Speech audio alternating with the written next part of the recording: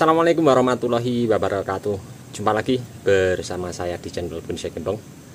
Ya oke sedulur bonsai, pada kesempatan kali ini saya mau update untuk bahan bonsai sancang perawatan, dan nanti juga akan saya lakukan teknik untuk kita mempercepat pembesaran pangkal batang bawah. Untuk bahan ini saya lakukan pelebaran dinding ground sekitar 1 bulan yang lalu, sudah saya update untuk teman-teman. Nanti teman-teman bisa simak di bawah deskripsi untuk proses pengerjaan pelebaran dinding ground pada bahan bonsai sancang ini. Nanti saya mau melakukan juga sedikit antisipasi untuk biasanya ada ulat batang ya untuk pada batang bahan bonsai sancang, apalagi ini musimnya mau penghujan sangat rentan sekali. Jadi kita harus banyak-banyak selalu untuk pengontrolan bahan kita di lahan ground, entah ID bahan bonsai apapun itu. Oke, seperti apa bahannya, tidak usah panjang lebar, kita menuju ke bahan yang sudah ada di sebelah saya ya, di sini. Nah ini dia untuk bahannya. Sebelum saya melakukan untuk pengerjaan ini, nanti saya mau antisipasi untuk perawatan yang terutama pada hama, biasanya ulat batang karena ini musimnya penghujan. Yang kedua, nanti saya mau bikin pangkal batang di sini biar bengkak cepat besar. Kilas balik, untuk bahan ini sedikit saya mau bercerita untuk teman-teman. Bahan ini dulu dari sejempol kaki kurang lebihnya ya. Untuk pertama budidaya cangkok saya tanam di polybag. Setelah tumbuh subur, akar tembus di bawah polybag, saya pindahkan langsung ke ground ya. Dulu karpetnya lingkarnya sekian, saya tanam, saya urai. Setelah tumbuh subur lagi, saya lakukan pecah batang tahap pertama. Nah, setelah pecah batang tahap pertama, kambium sudah mulai jalan, saya lakukan pecah batang tahap kedua. Nah, untuk pecah batang tahap pertama awal sangat tinggi sekali, sampai sekian. Terus pecah batang tahap kedua saya lakukan tidak terlalu tinggi ya, lebih rendah dari pecah batang tahap pertama. Dan hasilnya alhamdulillah seperti ini. Dan ini 1 bulan yang lalu dinding groundnya saya lebarkan. Oke, saya mau langsung lakukan pembongkaran terlebih dahulu untuk saya cek di bawahnya seperti apa. Kemudian nanti saya akan lakukan untuk sedikit pembuatan alur, dimana berharap nanti ke depan pangkal batang bawah menjadi besar, membengkak ya. Karena biasanya kalau kita sering-sering menyentuh dengan pelukaan pahat ataupun pakai alat yang lainnya, akan cepat untuk pembengkakan di bawah ya.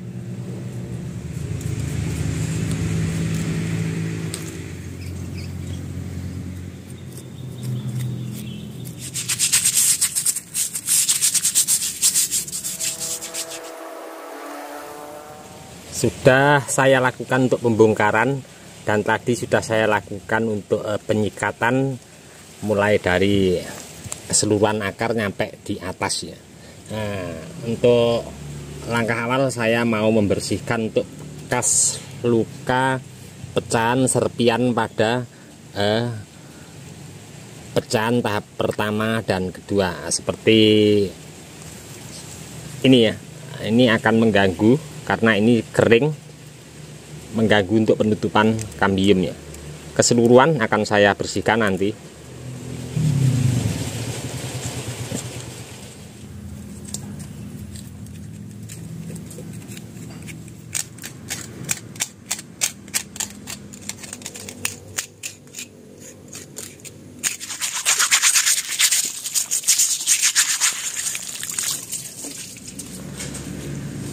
Setelah tahap pertama tadi saya lakukan untuk membersihkan daripada serpian bekas pecahan tahap pertama dan kedua, dan beberapa untuk kulit kering yang mungkin mengganggu ya untuk tingkat pertumbuhan atau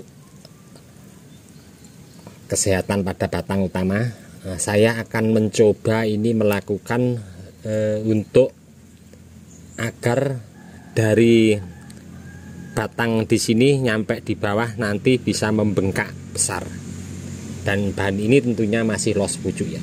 Oke, saya langsung mau mencoba sebelum ke tahap ketiga nanti untuk proses bagaimana bahan kita di lahan untuk khususnya sancang biasanya ada uret ya. Oke, saya mau langsung melakukan untuk proses agar pangkal batang ini nanti membengkak seperti apa. Saya sedikit akan mungkin ada pelukaan ya, pembuatan alur tapi tidak terlalu ekstrim ya, hanya kulit sedikit mengenai batang utama tulang tengahnya.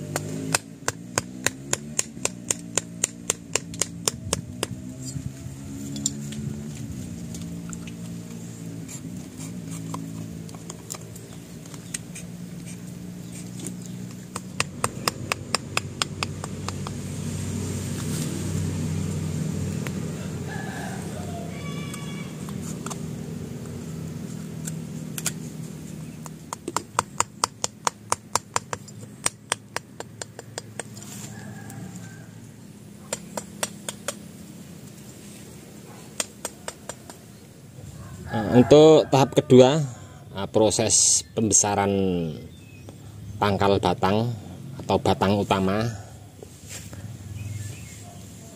ini variatif untuk pelukaannya. Ini ada dua versi untuk pelukaan yang dalam terkena tulang, ada juga yang cuman kulit kambiumnya. Nah, posisi di sini karena saya pengen nanti di sini membengkak besar. Untuk pelukaan yang paling dalam area seputaran sini ya, yang terkena tulang. Karena kalau kita melukai lebar dan dalam, tentunya kambiumnya akan membengkaknya besar. Dan untuk pelukaan di atas terlalu tipis, tidak terkena tulang, cuman kulit kambium. Nanti untuk penutupannya, pembengkakannya juga kecil. Jadi nanti pengennya bisa membengkak seperti ini ya. Untuk akar ini tadi sengaja untuk akar anak cabang akar beberapa saya buang, saya fokus untuk akar ini dulu. Ini tidak akan saya lakukan koreksi biar untuk mensuplai pembesaran batang utama juga untuk membangun daripada pelukaan-pelukaan yang baru saya lakukan.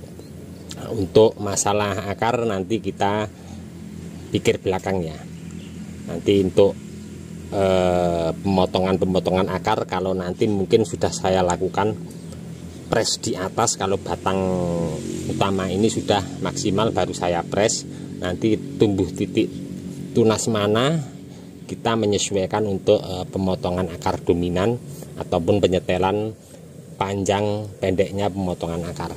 Oke, untuk tahap berikutnya saya ini mau berbagi tip karena ini musimnya penghujan, atau bahkan bukan musim penghujan pun kadang untuk ulat batang pada batang bahan buncis sancang sangat rentan sekali karena biasa akan masuk ke batang utama dan berlubang ya.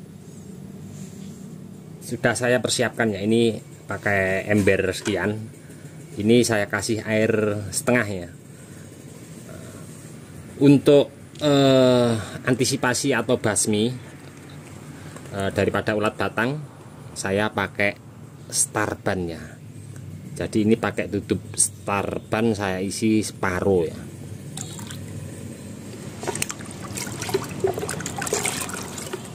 Nah, kita bisa langsung menyiramkan ke batang utama seperti ini ya.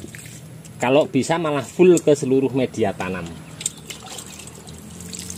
Untuk takaran seandainya teman-teman takut kelebihan atau masih kurang, kalau kelebihan terlalu banyak starbannya aman ya untuk seperti ini. Pernah saya lakukan seperti ini untuk seluruh ID bahan bonsai apapun. Jangan takut bahan ini mati. Paling nanti untuk asupan nutrisi dari tanah untuk akar sedikit terganggu ya. Tapi kita lebih baik mengamankan batang utama daripada nanti terkena hama tanah ya, entah itu hama tanah apapun ya yang ada di tanah. Untuk air starban seperti ini soalnya mudah terurai ya. Lain lagi kalau yang jenis untuk pencegah hama tanah itu yang furadam. Kalau furadam yang serbuk itu kayak pasir lembut itu terurainya lama. Itu terurainya sekitar 6 bulan. Kalau ini cepat banget terurai. Nah, untuk seperti ini kan nanti tetap cair ya, dia akan turun ke dasar tanah. Jadi untuk hama yang ada di sekitar lahan kita mau masuk ke dinding ground ini nanti turun ke bawah, airnya akan mencegah hama masuk. Setelah proses seperti ini nanti akan saya biarkan dulu. Setelah nanti benar-benar kering, untuk beberapa bekas luka tetap akan saya kasih salep kambium. Hati-hati untuk penimbunan, jangan langsung ditimbun ya. Setelah pemberian salep kambium benar-benar kering, terus nanti kambium sedikit sudah mulai jalan keseluruhan bekas luka yang kita lakukan, nanti akan saya timbun sekian lagi. Dan ini tentunya masih los pucuk karena ini proses saya nanti ke depan mau bikin bonggol besar, memaksimalkan bahan dasar di bawah dulu, nanti baru proses ke depan pengenolan di atas. Oke teman-teman, ini tadi mudah-mudahan sedikit bermanfaat. Kita tetap sama-sama belajar dan kita harus tentunya praktek. Nantikan terus untuk update perkembangan bahan bonsai untuk sancang hasil budidaya dari cangkok di lahan. Mudah-mudahan ke depan ini menjadi seperti sesuai yang saya inginkan. Untuk teman-teman yang selalu menyimak mensupport video saya ucapkan banyak-banyak terima kasih. Tidak bisa saya sebutkan satu persatu. Dan untuk teman-teman yang komen-komen di bawah deskripsi mungkin tidak bisa saya tanggapi satu persatu juga, saya mohon maaf, mungkin karena waktu juga keadaannya. Cukup sekian dulu dari saya di channel Bonsai Gembong. Salam satu hobi, salam budidaya. Assalamualaikum warahmatullahi wabarakatuh.